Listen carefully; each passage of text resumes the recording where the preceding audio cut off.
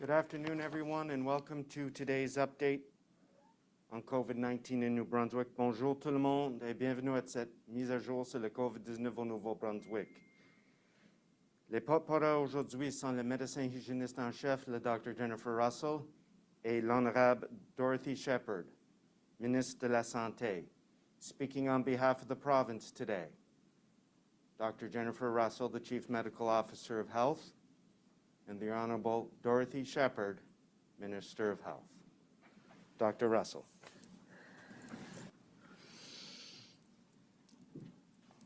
Thank you, Bruce. Merci, Bruce. Bonjour à toutes et à tous. Avant que je commence, j'aimerais vraiment adresser les gens à la zone 4 à ce moment-ci parce que je sais qu'il y a beaucoup d'inquiétudes, il y a beaucoup de craintes à ce moment-ci dans la zone 4. Moi aussi, j'ai des inquiétudes et mes collègues dans la santé publique aussi.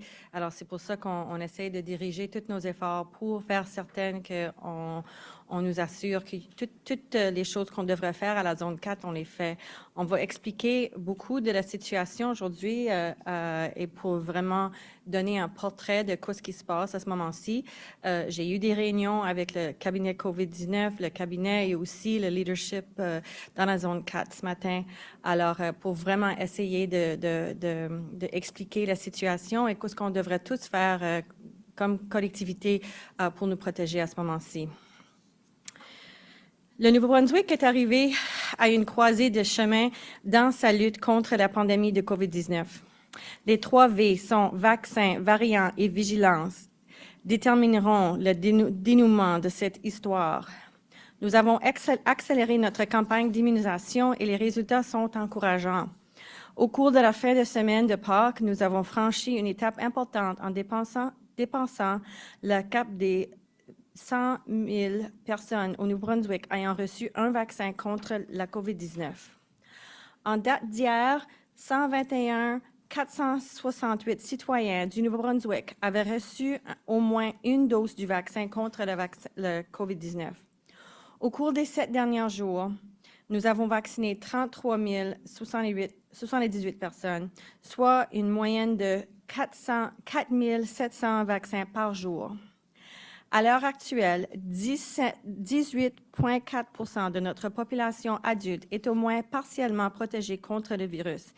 Et par partiellement, je veux dire que la protection qu'on aimerait que les gens ont sont 2 vaccins, mais à ce moment-ci, le but de faire vacciner tous les gens par le mois de juin, mi-juin, ça c'est notre but à ce moment-ci pour protéger le plus grand nombre de personnes le plus vite que possible. Mais la protection, même avec 2 doses, il y a des risques aussi. Alors, c'est pour ça qu'on a besoin de tous les gens, même si vous êtes vaccinés, oui ou non, de continuer à suivre toutes les directions de santé publique. C'est très, très, très important parce que vous-même, vous pouvez être protégés, mais les gens qui sont avec vous dans votre communauté ne sont pas tous protégés à ce moment-ci. Our course forward will be determined by the 3 V's: vaccines, variants, and vigilance. We have accelerated our vaccination campaign with encouraging results. As a percentage of our adult population, we have, as of today, provided more vaccinations than our neighboring maritime provinces, as well as the provinces of Manitoba and Alberta. And we can take great pride in what we have accomplished to date, but there is still much to be done. Minister Shephard will provide more details shortly on the continuing expansion of our vaccine rollout. But as fast as our vaccine effort is moving, it seems that the new variants of COVID-19 are moving just as quickly. And here in New Brunswick, we're living with the UK variant right now in Zone 4. Most of the cases in Zone 4 are UK variant, and it's very, very concerning compared to what type of COVID cases we used to see. This variant is much more transmissible than the original strain, and the sustained outbreak is happening despite our best efforts to limit it. We have moved more vaccines as a result to Zone 4, so that 28.5% of people over the age of 16 in Zone 4 have received at least 1 dose. And I continue to encourage people, if you are eligible, to get vaccinated. L'éclosion dans la Zone 4, alimentée par des cas du variant de COVID-19, a été relevée pour la première fois au Royaume-Uni, demeure très active et très inquiétante. Ce variant, qui se transmet plus facilement, que la souche initiale du virus a permis à cette éclosion de se poursuivre en dépit de nos efforts pour limiter la propagation du virus. Hier, une autre personne est décédée de la COVID-19 dans la zone 4, soit une personne dans la trentaine qui laisse derrière une famille endeuillée. Je tiens à offrir mes plus sincères condoléances à la famille et ses amis et toute la communauté. Nous partageons tous votre deuil aujourd'hui. Un nombre record de personnes ayant contracté la COVID-19 sont aussi hospitalisées, mettant énormément de pression sur notre système de santé. L'hôpital régional d'Edmondson a atteint sa capacité en matière de patients atteints de COVID-19 et de nouveaux patients devront maintenant être redirigés vers d'autres zones de santé. The Edmondson area has been at the red alert level since March 25th and will be staying at that level for the time being. And I want to demonstrate exactly why that's necessary. So you'll see a slide, and this shows the situation in Edmondson on March 22nd when the area was still at the yellow alert level. Each dot that you see is a confirmed case, and when there is a line that shows and when you see the line, that means that we've made a connection. And at that time, there were 19 cases with all but one clearly linked to other existing cases. And again, that was the picture at that time. Now, the second slide is what we saw in Edmondson as of yesterday. So there are 3 large clusters of cases along with several smaller groups and individual infections. We haven't yet established how these large and small clusters are related to one another, but that is the work of public health right now that we're investigating. So there's also a group of 13 cases which remain under investigation at this time. Unfortunately, the restrictions put in place last month for Zone 4 will remain in effect so that public health can complete the contact tracing process and be assured there is no further spread in the community. This has been difficult, and I am convinced that we can and we will stem the tide of this outbreak. We are now doing contact tracing starting 72 hours before somebody is symptomatic, and we are asking the close contacts of contacts to self-isolate. This is a really good approach, and it is working, but I know that there is a lot of stress and anxiety and fatigue, clearly, up in that area. So what is required now is that all New Brunswickers actively apply that third V, which is vigilance. Now more than ever, every New Brunswicker in every corner of our province must follow public advice and guidance.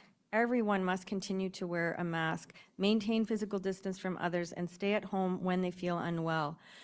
I'm assuming that most of the cases that we will continue to see that are travel-related will start to become only the UK variant, and if not that variant, then the P1 variant. This is what we're seeing in terms of trends. So we need to remain vigilant, and this is vital for vaccinated people as well as the unvaccinated people. So people who have had 1 dose of the vaccine, within 2 to 3 weeks will have very, very good protection, but it is not 100%. So you as an individual still have risks of having symptoms and transmitting. Rarely you could have the consequence of needing hospitalization and an ICU admission and even death, but as very, very rare. So what we need to see is everybody continue to be vigilant until we all have 2 doses of the vaccine on board, which will be by September. But in the meantime, everybody has to act the way they did act before they were vaccinated in terms of protecting their loved ones and their community members who are not vaccinated yet. We need everyone's vigilance to give our vaccine program a chance to be effective and keep these variant strains at bay. Our continued success against COVID-19 depends on you. Aujourd'hui, Santé publique confirme qu'il y a 7 nouveaux cas de COVID-19 au Nouveau-Brunswick. Il y a 6 nouveaux cas dans la zone 4, soit la région d'Edmundston et de Grand-Sault. 3 de ces cas ont eu des contacts avec des cas qui ont confirmé auparavant, alors que les 3 autres font l'objet d'une enquête. Il y a aussi un nouveau cas dans la zone 3, soit la région de Fredericton et de la vallée de la rivière Saint-Jean. Il s'agit d'une personne qui est entrée en contact avec un cas confirmé. Il y a maintenant 146 cas actifs de COVID-19 dans la province. De ce nombre, 20 personnes sont hospitalisées après avoir contracté la COVID-19, dont 13 sont aux soins intensifs. Ça, c'est le plus grand nombre de personnes qui a été hospitalisées tout à la même fois depuis le commencement du pandémie.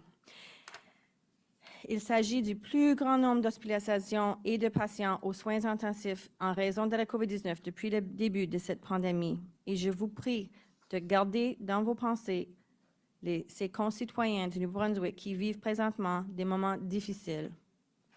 Nous avons besoin de vos pensées et de vos prières.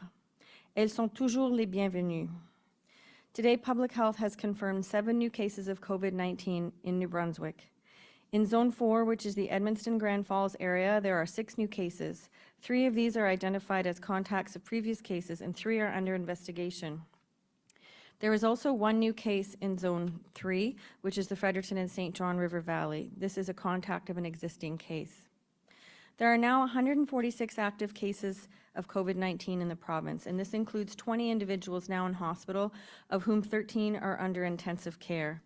This is the largest number of COVID-19 hospital admissions and ICU patients that we have seen at any time during the pandemic. And what you will note when we talk about what types of people are now being admitted, earlier in the pandemic, it was older people, long-term care facility residents, et cetera. But now, because the long-term care facility residents and nursing home residents have mostly been vaccinated, we are seeing younger people being admitted to hospital and ICU. And not only because of the older cohort having been vaccinated, but also because of the variant. The variant is much more serious in terms of the symptoms that it can cause, in particular the UK variant and the requirement for hospital ICU admissions as well. And again, some people may have been vaccinated, but again, it takes 2 to 3 weeks before you actually have the level of immunity that's required to protect you from severe symptoms of COVID-19. Please think of these fellow New Brunswickers and the difficulties they are now facing. Your thoughts and prayers are needed and always appreciated. It is gratifying to see how New Brunswickers are embracing the opportunity to become vaccinated against COVID-19. We are seeing strong turnouts at RHA clinics and pharmacies because New Brunswickers know that being vaccinated will help us move toward a more normal life. The vaccines have been clearly shown to reduce incidence of severe illness and death from COVID-19, and this information is being collected and tracked across the country. Provinces like British Columbia and Alberta, and here in New Brunswick, we're collecting that information as well, so we can clearly see how well these vaccines are working. It is worth noting that of the New Brunswickers now in hospital for COVID-19, there have been a few that had been vaccinated, but as I said, it takes 2 to 3 weeks before that immunity is really strong enough to prevent those symptoms. So I can tell you that there were a few people that were vaccinated that, again, they just weren't vaccinated recently enough to, or long enough ago to allow that, that protection. And I did have those numbers and now I don't.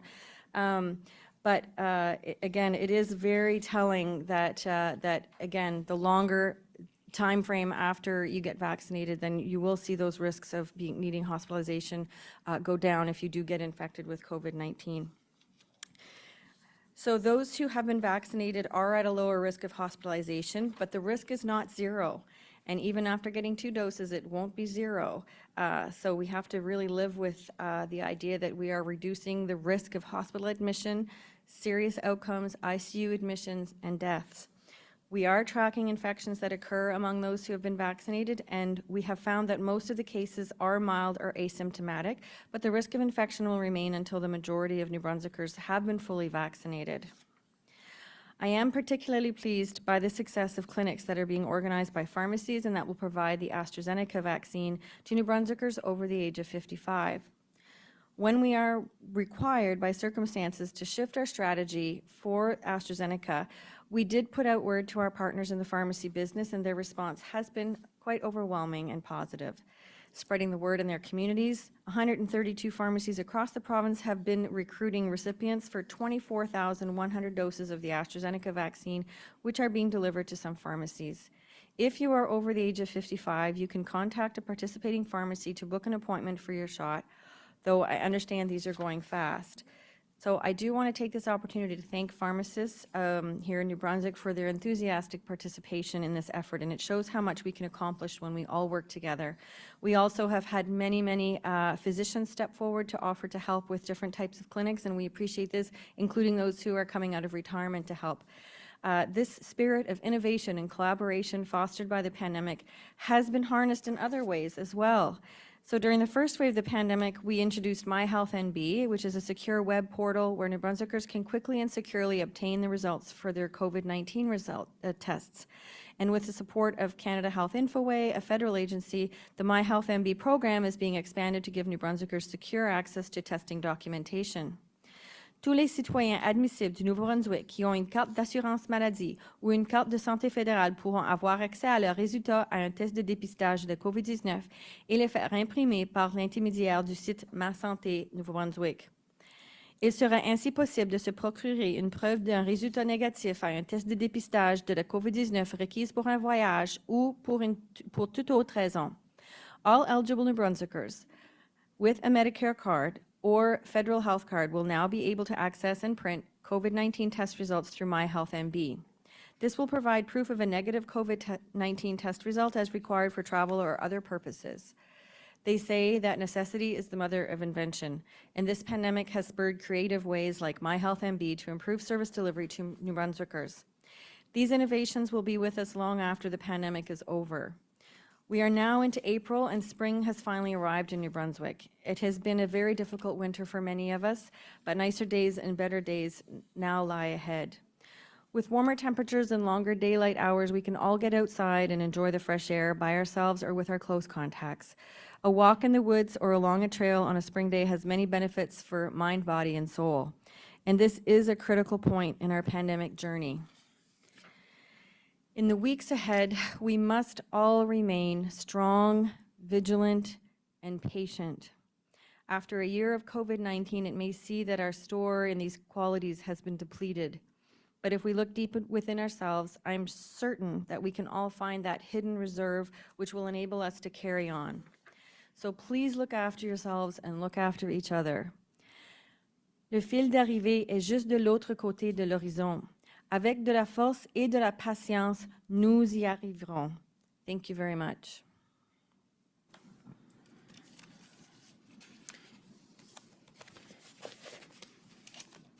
Merci, Bruce. Merci, Dr. Russell.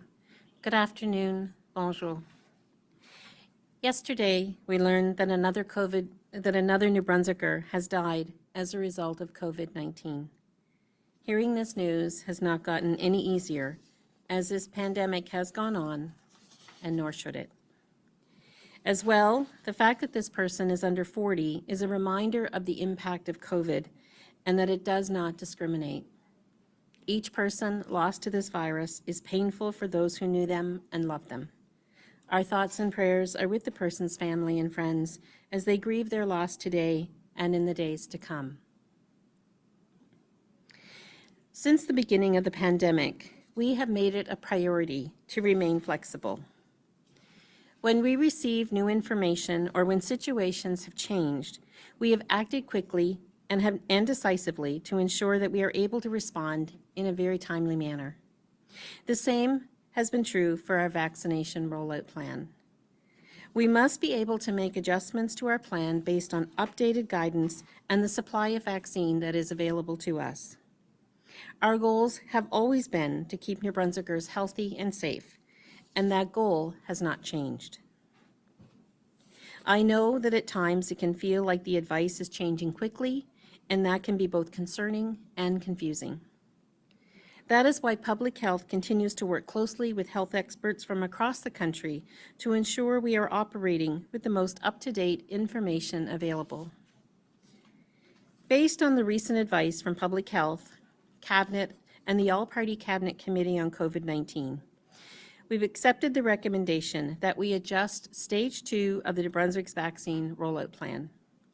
Stage 2 will still take place during the month of April and May, but we will no longer be planning separate vaccination clinics for home care workers or large employers. These groups will now be taken care of with the age cohorts. Focusing on age-based eligibility will maximize efficiency and allow us to react to changing supply chains as we work to vaccinate New Brunswickers quickly and efficiently with the vaccines available to us. While we are paused on plans to offer vaccinations through large employers at this time, we know that some pharmacies are being approached by workplaces to provide vaccination to people aged 55 and older using the AstraZeneca vaccine. While these clinics are not being organized by the province, when we have the capacity to do so, we will provide allocations of the AstraZeneca vaccine for the purpose of immunizing more New Brunswickers in a timely manner. Yesterday, we announced that anyone who is 70 and over is now eligible to book an appointment for their first dose of the COVID-19 vaccine through a pharmacy or regional health authority. If required, a caregiver or individual can book an appointment on behalf of someone who is 70 and over. To book an appointment through a pharmacy, check to see if the pharmacy has online booking or call the pharmacy directly. To book an appointment at a clinic offered by Horizon Health Network or Vitalite Health Network, you can register online at gnb.ca/book a vaccine or call 1-833-437-1424.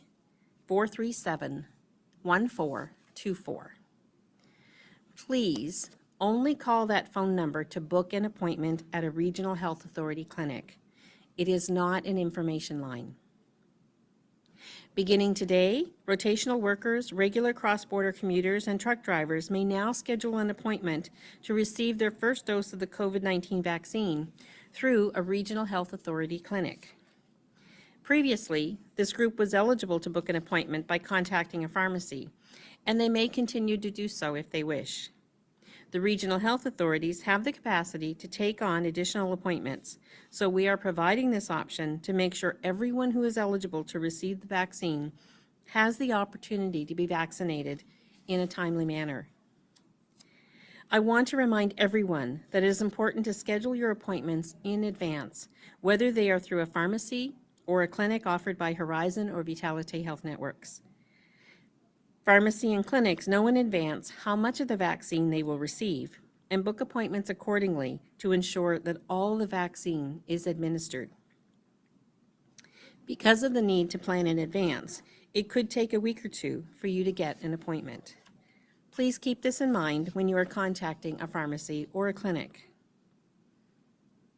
Though our vaccination rollout is changing, it is still on track, and we fully expect to have all New Brunswickers who are 60 and over who want to receive the vaccine to be vaccinated by the end of May, and all New Brunswickers who wish to receive the vaccine will be vaccinated in this province by the end of June.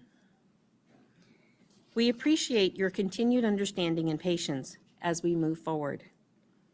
I wish I could say that this is the last time we will have to change our plans, but that is not a promise that I can make. There are so many moving parts to this rollout, and there are countless people working behind the scenes to ensure that when it is your turn, you are able to receive the vaccine in an efficient and caring manner. I want to thank all those people for their hard work and dedication to keep New Brunswickers healthy and safe. As well, I want to assure you that we will continue to keep you informed as things change. None of this has been easy, nor will it be easy as we move through the next 8 to 12 weeks. But when faced with a challenge over and over again, New Brunswickers have risen to meet that challenge with resilience and courage. Working together, we will continue to do so. On March 19th, updates to the return to school plan were released that would see most high school students from across New Brunswick return to full-time in-person learning in the yellow and orange alert phases as early as April 12th. To support this plan, a province-wide vaccination program was rolled out for staff at high schools, and additional health and safety protocols were introduced for high schools. These include wearing a clean face mask throughout the day, unless eating or engaged in physical activity, ensuring additional spaces are available for lunch and breaks, and mandatory seating plans. In addition, Should a positive case be confirmed, high schools will close for 3 days to allow for contact tracing, school cleaning, and testing of close contacts and vaccinations would be made available to students of that school. Today, updated guidance has been provided for high schools operating under the red alert level. When a zone moves to the red alert level, high schools will engage students in blended learning practices as they have been throughout the year. High schools where students have been able to previously engage in full-time, in-person learning will continue to follow their operational plan.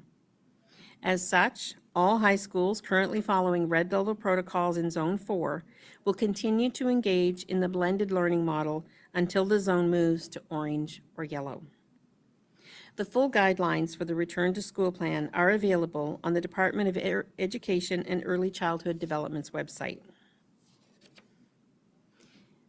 With the conclusion of the academic year fast approaching for students attending universities and community colleges, rules have been put in place to ensure the health and safety of students and anyone helping them to move their belongings in or out of the province. Effective tomorrow night at midnight, people may enter New Brunswick for a period of no more than 24 hours to remove belongings from a student's residence and to retrieve a student. They are expected to observe all public health rules and minimize contact with others, except the student they are picking up while in the province. Anyone traveling to pick up a student in New Brunswick must register their travel at gnb.ca/travel registration. Staying longer than 24 hours is considered remaining in the province, and the 14-day self-isolation period would then apply. Before traveling to New Brunswick, people should check with their home province to see if further restrictions may be applied upon returning home. New Brunswickers may enter Prince Edward Island, Nova Scotia, or Newfoundland and Labrador as long as those provinces permit them to do so for no more than 24 hours to remove belongings from a student's residence. They are expected to observe all public health rules and minimize contact with others while away, but will not be required to self-isolate upon their return. Students returning to New Brunswick after living in Prince Edward Island, Nova Scotia, or Newfoundland and Labrador will not need to self-isolate upon their return. Anyone leaving New Brunswick to remove belongings from a student's residence located outside the Atlantic provinces, is ordered upon their return to self-isolate for 14 days and follow directions of public health officials. Students entering New Brunswick from outside the Atlantic provinces are ordered to self-isolate for 14 days upon their return as well. More information about this is available on the GNB website under travel registration.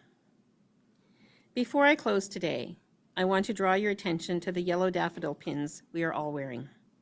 The Daffodil Campaign in support of the Canadian Cancer Society takes place every spring. Due to the pandemic, the Cancer Society, like so many other nonprofit organizations, have had to change the way they fundraise. As a cancer survivor, this organization is one that is close to my heart. I know I'm not alone in this, as most of us have been impacted by cancer in some way. During the month of April, I encourage you to support the Daffodil Campaign and the Canadian Cancer Society in whatever way you can, whether it be by sharing a post on social media or making a monetary donation. By doing so, you will be helping to provide much-needed hope to Canadians living with cancer and their families. If this pandemic has taught us anything, it is the importance of having hope during challenging times. Thank you. Merci. Thank you, Mr. Shephard, Dr. Russell. Merci beaucoup, Ms. Shephard and Dr. Russell. We'll now proceed with questions from members of the media. Each reporter will have one question. You have the right to pose your question in the official language of your choice. Please ensure your microphones are placed on mute. Nous allons maintenant procéder aux questions des journalistes. Vous avez le droit de poser vos questions dans la langue officielle de votre choix. Chaque journaliste aura une question. Voulez-vous assurer de désactiver le son de vos micros? Dave Coach, Brunswick News. Hi. This would be a question for either Dr. Russell or the minister. Premier Higgs said on March 26th that he's looking at whether migrant workers might get the vaccine in their country of origin after the issue was raised by the advocacy group known as Illegal Fredericton. Dr. Russell, you said in your interview on Sunday, our situation is different in New Brunswick from other parts of the country because we haven't seen outbreaks among temporary foreign workers. Will temporary foreign workers have access to the vaccine in New Brunswick, and if so, when? All I can tell you is that the Atlantic provinces, well, maritime provinces have been talking about how to safely have the temporary foreign workers self-isolate when they arrive and be tested. Again, what worked last summer worked really well, so we weren't planning to deviate from that plan at this point in time. But as is the case throughout the pandemic, as things evolve and we get new information, we'll use that information to make new decisions. But as of right now, we had a very successful outcome with respect to how everybody was safely self-isolating. So I know, again, our conversations with our counterparts around the Maritimes as we do continue to plan to do that this year as well. Thank you. Vicky Hogarth, CHCO Isn't TV. it unfair that someone could be coming from a poor country such as Jamaica, Guatemala, or the Philippines to work in our fields without being guaranteed access to a vaccine? David, the doctor did answer it. Vicky Hogarth, CHCO TV. Thank you, Bruce. My question is for Dr. Russell. Just for clarity, more young people are contracting the variant due to its increased transmissibility, and that's part of why hospitalizations are up for younger people. But are the symptoms in general also more serious and the risk of death higher with the new variant for all individuals, but in particular for younger people? Well, I think there are several factors at play right now. When you look at other jurisdictions, they have seen, very severe symptoms in many different age groups, but younger than what we would have seen prior to the UK variant. And then what you're also seeing confounding that is the fact that we have our older populations in nursing homes and long-term care facilities vaccinated with at least one dose at this moment. And so the type of situations that we would have seen before with those populations being hospitalized and having ICU admissions and deaths is not the same.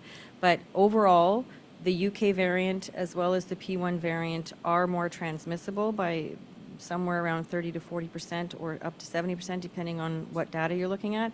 And in terms of the severity of symptoms, again, I wouldn't necessarily say they're more severe, but they are affecting people in younger ages. What we used to see in the pre-variant COVID, we would see that starting at around the age of 50, you would start to see an increased risk of hospitalization, ICU admission, and death, and it went up almost exponentially after probably around age 70, and so each 10 years, it would go up, but now we're seeing that same type of curve has now dropped to 29 and above in terms of starting to see the severity of those symptoms and the requirement for hospitalization and ICU admission.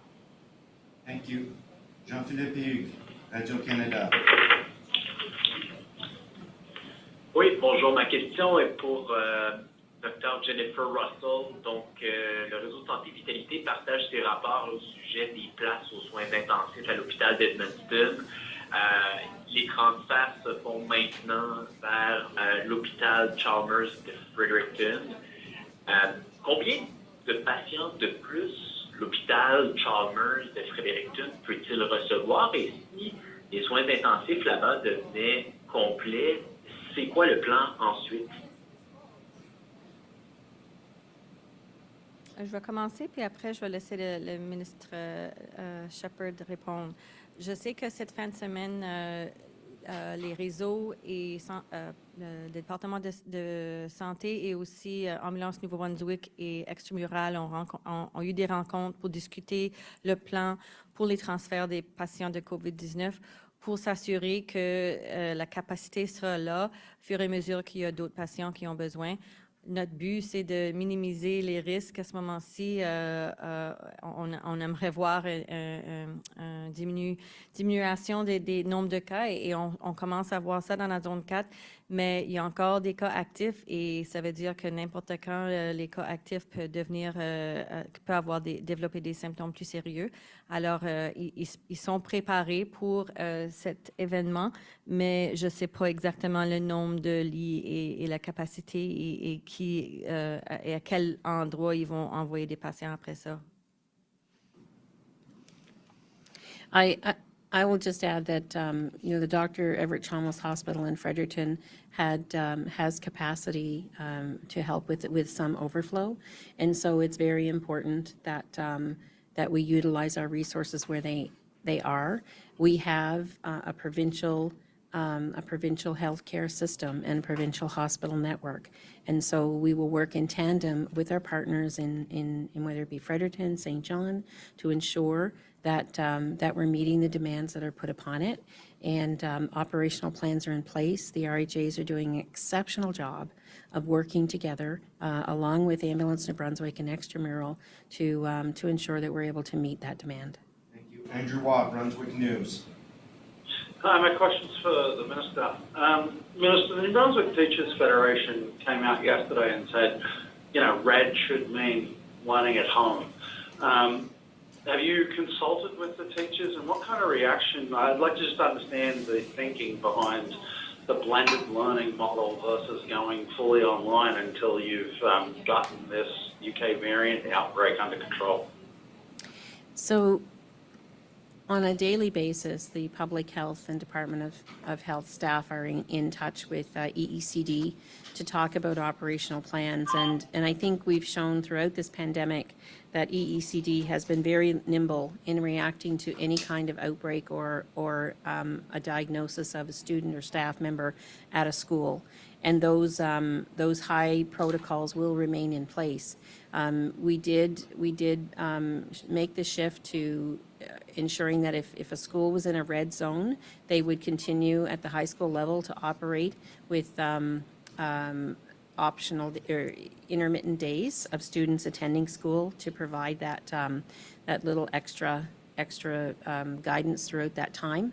But the EECD has I'm sure keeping in contact with their union and their organizations in order to maintain this not the status quo, but to maintain a serviceable work environment and learning environment for students. And so we, again, every single day, they have briefings, in briefings, out briefings twice a day, and all of this information is taken into consideration in the decision-making process. Thank you, Mr. Watt. Laura Brown, CTV. Hi there, Dr. Russell. I'm wondering, I know that we were given the number ages of 25 to 80 that are in the ICU at this time, but I'm wondering if you can give us more of an indication as to if the average of the people who are in the ICU or in hospital right now are on the lower end or under 50, or how is it? There's another way you can kind of illustrate for us, I guess, the gravity of who is in hospital. Well, I know that we do have some more information on that. I don't have it in front of me. But in a general sense, I think what we're going to continue to see until everybody has 2 doses of the vaccine on board is that fewer and fewer people will have severe symptoms requiring hospitalization and requiring ICU admission. So that's a given. We won't see 0 cases, but we will hopefully see less severe cases. Again, that will mean less pressure on our healthcare system. And again, with the approach that we have right now that's targeted at where we're seeing the highest risks with respect to our vaccination, because we're unique in New Brunswick and we have, the importation of cases is the main risk right now, then we are targeting groups that can get vaccinated in that particular area. And we did move more vaccines up to Zone 4 to improve the vaccination rates up there. And again, I think we're going to continue to see what we're seeing in other jurisdictions, which is people aged 29 to 49 having more severe symptoms, requiring hospitalization and ICU admission. So we really want to have everybody protected so that older cohort of people that are getting their vaccines right now do continue to need to continue to follow public health measures to protect that population, because those are the people that are vulnerable as the older populations get vaccinated. Thank you. Mia Urquhart, CBC. My question is for Dr. Russell. We've heard that those under the age of 55 who received the AstraZeneca vaccine before the changed guidelines have not been notified or provided any information about the risks and symptoms, what to watch for. If this is true, why weren't they contacted with that information? Well, I know we have information on AstraZeneca that is available. I assume that it's on the website, but I can confirm that. The other thing about AstraZeneca, again, we aren't booking second doses at this point in time for people under the age of 55 who received that first dose because we're still waiting for Health Canada to make their final assessment of the actual risks and benefits and age stratification specifically to Canadian population. And then again, we've been following NACI guidance on that in the meantime. So there should be a fair amount of information available on our website as well as the Public Health Agency of Canada website around what the reported cases in the UK were and in Europe, and in terms of what symptoms to look for. But once you're past the 14-day, probably 3-week mark, those cases that were reported happened within 5 days to 21 days of receiving the vaccine. So anybody who's beyond that window is not at risk at the moment for that very, very, very rare clotting event. Alexandre Boudreau, l'Acadie Nouvelle. Oui, bonjour. Ma question est pour la ministre. J'ai appris qu'un peu plus de 10 cliniques de vaccination organisées par Vitalité ont été repoussées à une autre date parce qu'il n'y a pas eu assez d'inscriptions, c'est à travers la province. Est-ce que ça veut dire qu'il y a des problèmes avec les méthodes pour s'inscrire ou est-ce que vous pensez que ça veut dire que vous devriez mieux informer les gens qui peuvent maintenant se faire vacciner? Je comprends que la vaccination avance quand même bien dans la province, mais je me demande ce que ça vous dit, dans le fond, ces cliniques repoussées-là sur la manière dont vous devriez procéder.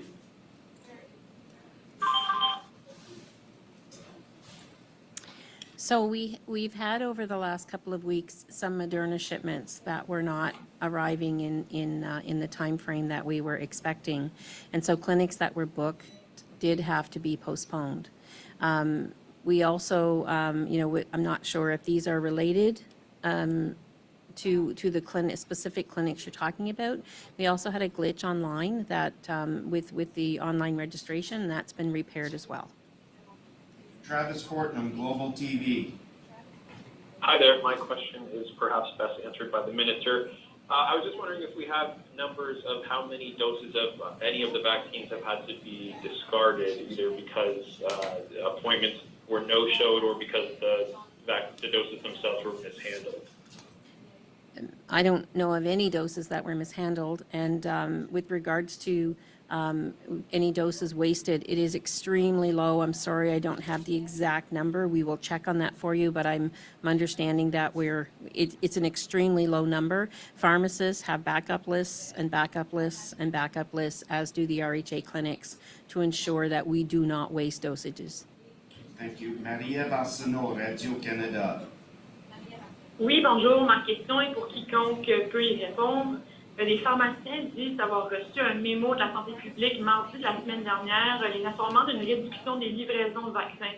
Ça a eu quelques conséquences, des rendez-vous qui ont dû être annulés par exemple, puis ralentissement aussi dans la vaccination pour environ 2 semaines.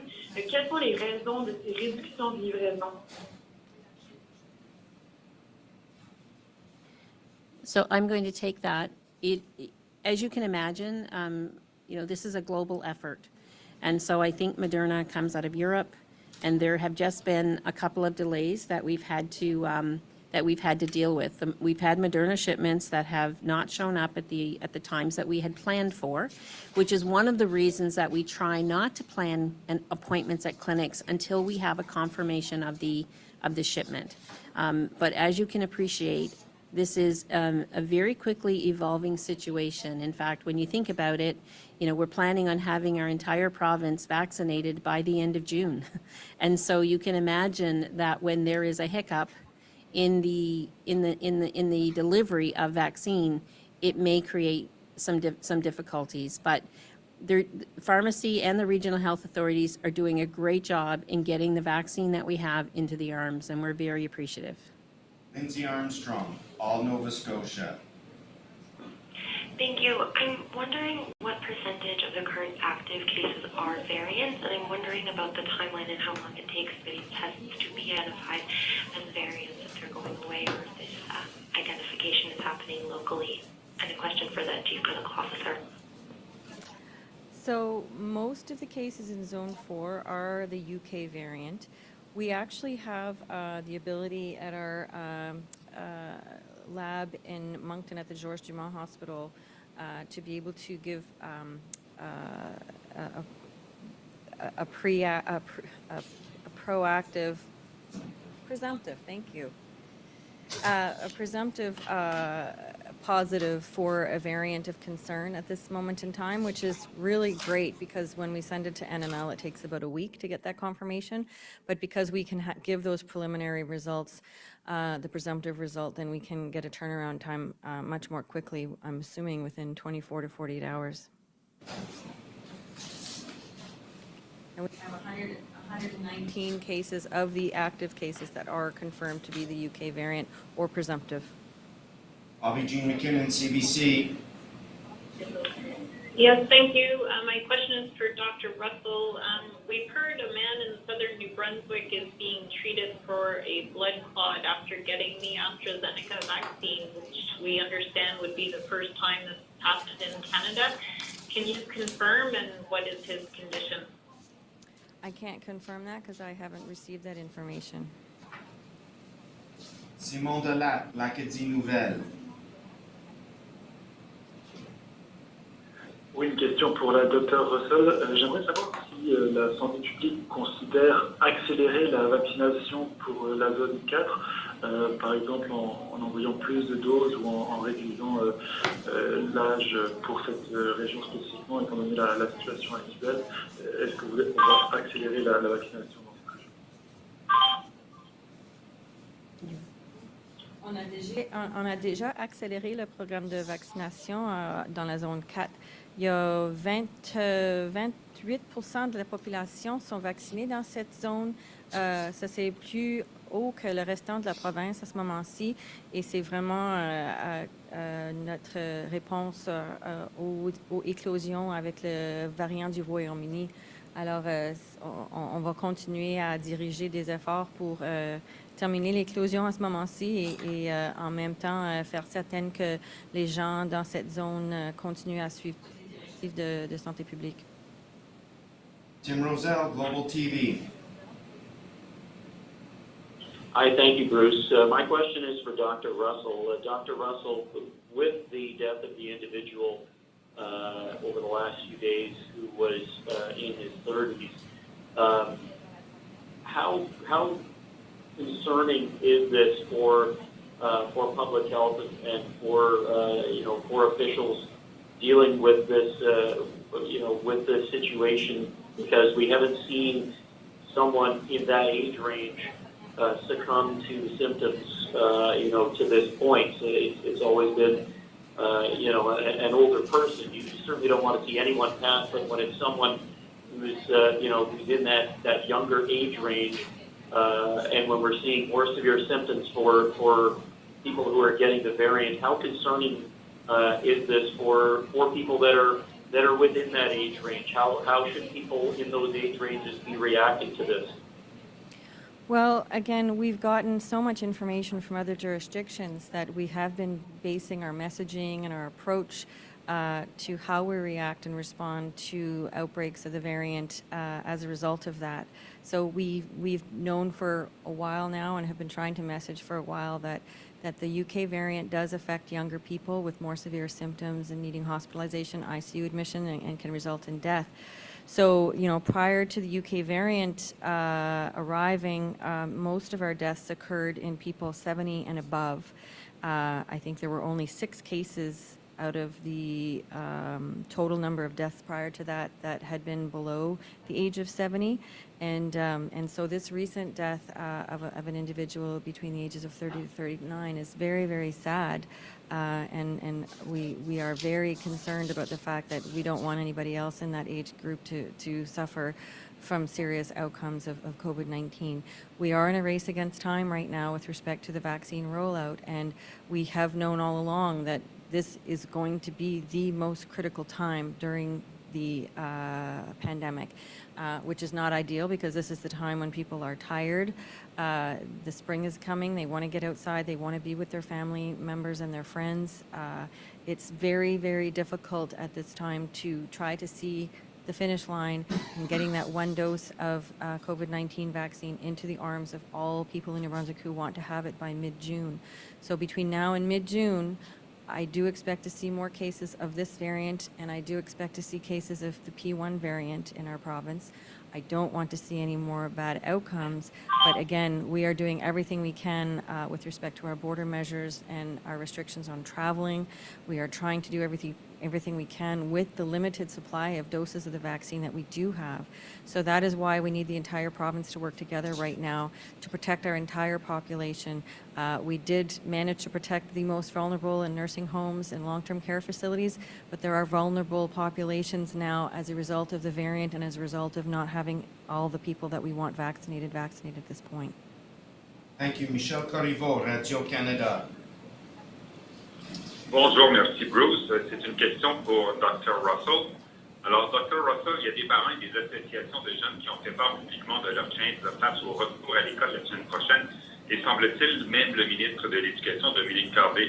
Alors, j'aimerais savoir qu'est-ce que vous répondez aux inquiétudes des parents et de ces jeunes, et est-ce que le ministre vous a fait part de ses propres inquiétudes? Si j'ai besoin d'ajouter, je vais ajouter. So thank you for that. I speak with Minister Cardy almost every single day, and we are aligned with our decisions that have come out, not only recommendations with public health, but also with the all-party COVID Cabinet Committee. This is a concerning time. There isn't, and there's no perfect plan. We mitigate risk. We do the absolute best we can with protocols and safety protocols that are in place to operate. But it is, EECD has done a tremendous job in being able to ramp up, ramp down with school openings and closings and minimizing any kind of fallout from a potential outbreak or an outbreak. So we are aligned in this. Thank you. I don't have anything to add. Marie-Ève Brassard, Radio-Canada. Oui, bonjour, merci Bruce. En fait, ma question est aussi pour la personne qui pourra y répondre. Je me demandais, en fait, c'est par rapport aux cliniques organisées donc par les pharmacies, notamment pour distribuer l'AstraZeneca, mais la prise de rendez-vous en général.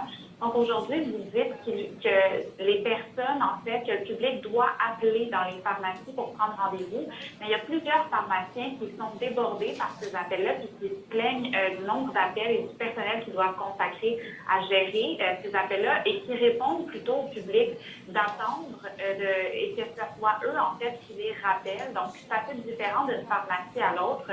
Je voulais savoir, est-ce que vous avez contacté les pharmaciens avant d'adopter cette stratégie-là? Puis, est-ce que c'est pas aussi de mettre beaucoup de fardeau organisationnel sur les épaules des pharmacies? Thank you for the question. There, absolutely, we have had very significant dialogue with the pharmaceutical associations and with pharmacies as this rollout has happened. Pharmacies are managing extremely well, I think, on average. And if there is anyone struggling, I know that our department would be happy to work with them to work through those challenges. I know many pharmacies had a registry where people could register online to be called for a vaccination clinic appointment. And I know that many pharmacists have proactively reached out to their client base throughout the age cohorts and with the AstraZeneca clinics to be proactive about it. So I think that right now we have a very balanced approach to this, and they are getting the vaccinations in the arms of our citizens, and we're appreciative.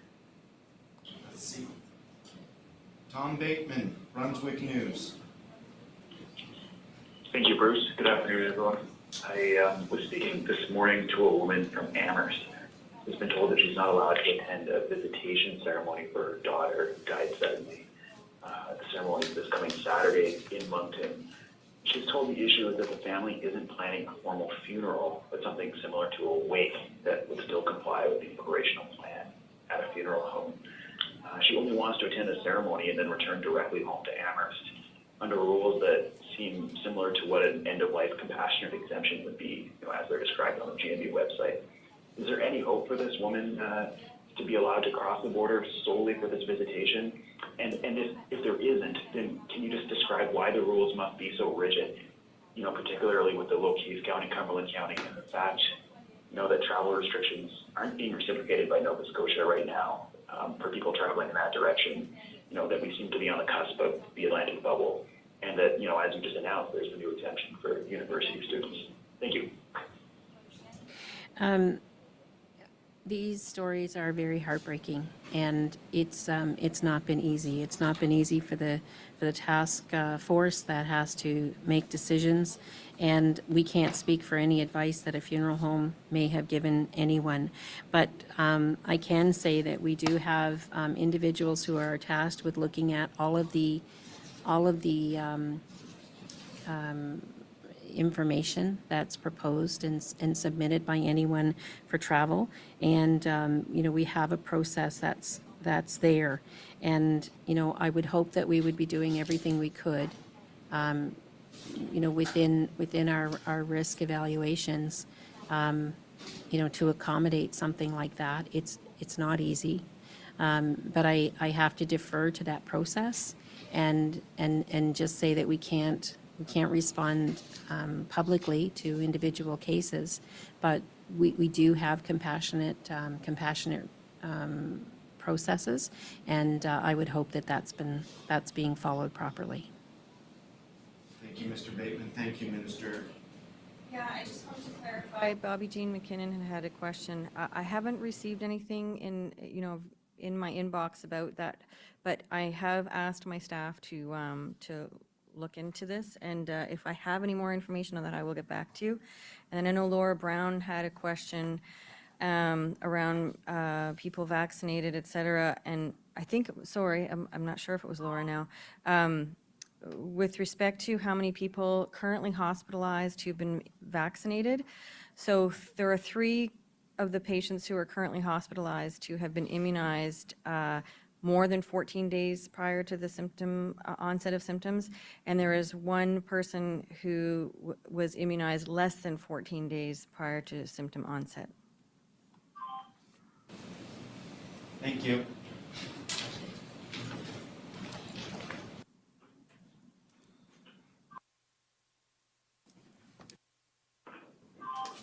That concludes today's update. Merci beaucoup. Voilà la fin de notre mise à jour. Thank you very much.